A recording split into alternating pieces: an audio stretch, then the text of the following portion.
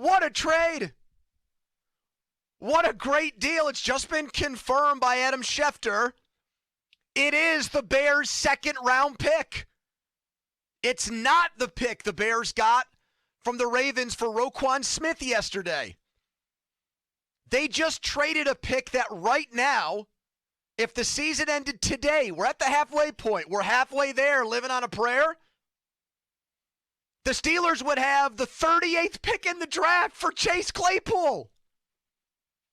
Guys, think about this. I just heard about 2 hours before we went on the air, the Vikings got the Lions got back less for TJ Hawkinson, a star tight end, a guy that's actually done some things in this league. They got back less for that guy, a former top 10 pick. The Steelers got more back for Chase Claypool. Chase Claypool is a number 3 or number 4 wide receiver. Now, I have been nervous throughout this process since these trade rumors started circulating in the last month. I've been a little bit concerned that Claypool would flourish someplace else. I no longer have those concerns. Why? Because the Bears don't know what the hell they're doing. He didn't just get traded to the Rams with Sean McVay, or the Packers with Aaron Rodgers, or the Bills with Josh Allen. Like, that was the first rumor that came out a month ago. He could go to Buffalo. And we were talking at the time, hey, maybe you can get a third-round pick. You're not going to be able to recoup the pick you used to take Chase Claypool. This is actually not a depreciating asset. You buy a car, you drive it off the lot. A lot of the time, it loses value. They got a better pick back than the one they used on Chase Claypool in the first place, which is insane. Because since 2020, since he burst onto the scene as a rookie and had 9 touchdowns, he hasn't had that many touchdowns since in a year and a half.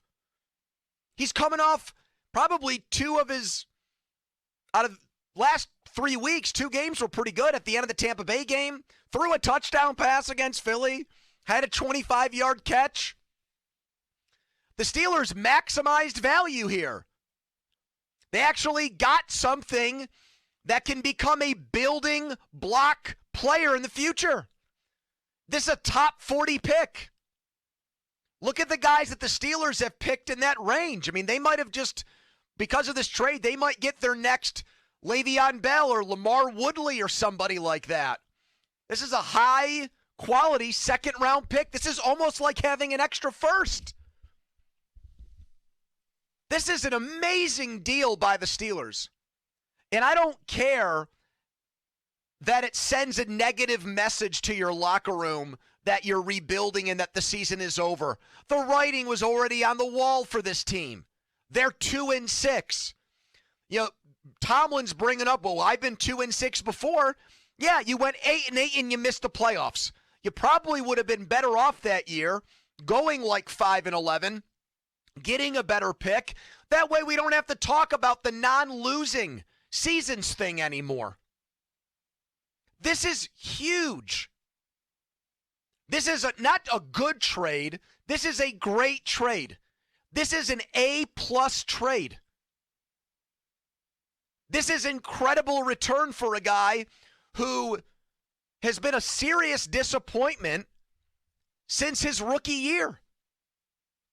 George Pickens is already better than this guy. You've already paid Deontay Johnson, which I think is a mistake, but you're already committing $18 million a year to him. I'd rather lock up Pat Freiermuth on a second deal than Chase Claypool. It'll be cheaper. The Bears think this guy actually has number 1 wide receiver potential, but what do they know?